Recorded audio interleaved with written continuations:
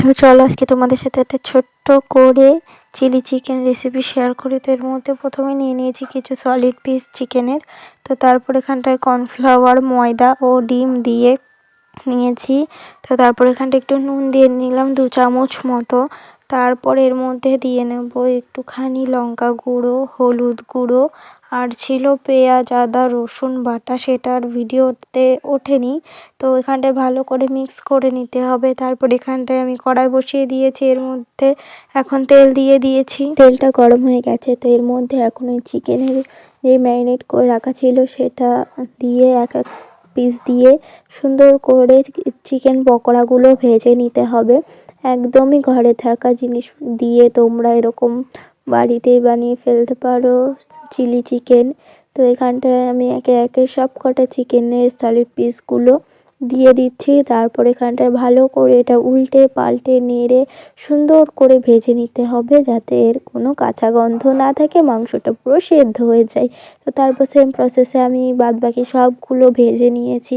তো দেখো এখানটা সব কটা ভেজে নিচ্ছি। তারপর যে তেলটা ছিল তেলটা তুলে রেখে অল্প একটু তেল দিয়ে এর মধ্যে দিয়ে দিয়েছি ক্যাপসিকাম কুচি। তো ক্যাপসিকাম কুচিটা দিয়ে তার মধ্যে একটু দিয়ে দিয়েছি লবণ। তো দিয়ে ভালো করে নাড়াচাড়া করে নিতে হবে। তারপর এখানটায় আমি একটি সস বানিয়েছিলাম।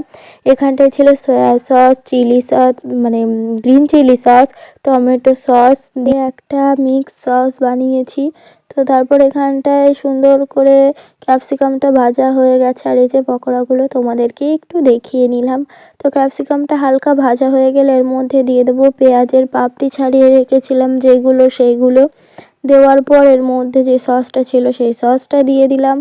আর সসটা যেহেতু মানে বাটিতে লেগেছিল সেজন্য বাটিটা ধুয়েও একটুখানি জল এর মধ্যে দিয়ে দিয়েছিলাম, কারণ জল তো এমনিতেই লাগতো, তো সসটা কেন মানে ফালতু ফালতু ফেলে দেবো, তো সেজন্য দিয়ে দিয়েছি। তো তারপর এখানটায় পকোড়াগুলোকে দিয়ে দিয়েছি এর মধ্যে। তো এখানটায় পকোড়াগুলো দিয়ে ভালো করে একটু নেড়ে নিতে হবে। তারপর এখানটায় নাড়া হয়ে গেলে এর মধ্যে আমি দিয়ে দিয়েছিলাম 2 গ্লাস, হ্যাঁ 2 গ্লাস মতো জল। 2 গ্লাস মতো জল দিয়ে এটা ঢেকে দিয়েছিলাম ওই 5 মিনিটের মতো। তারপর ঢাকনা তুলে এর মধ্যে দিয়ে দিয়েছিলাম একটু কর্নফ্লাওয়ার, অল্প একটু জলে গুলিয়ে সেই জলটা আমি দিয়ে দিয়েছিলাম, কর্নফ্লাওয়ার গোলানো জলটা। তো ওটা দিয়ে মানে কর্নফ্লাওয়ার গোলানো জলটা দিলে ওটা একদম মানে গ্রেভি গ্রেভি হবে, নাহলে ঝোলঝোল হয়ে যাবে।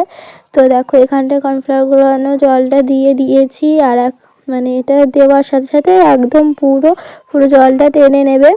তো দেখো কি সুন্দর হয়েছে, একদম গ্রেভি গ্রেভি, দেখে পুরো জিভে জল চলে আসছে। তো আজকের এই রেসিপিটা তোমাদের কেমন লাগলো কমেন্টে জানিও, ভালো লাগলে লাইক কমেন্ট করো, আর যারা ফেসবুক থেকে দেখছো পেজটা ফলো করে দিও।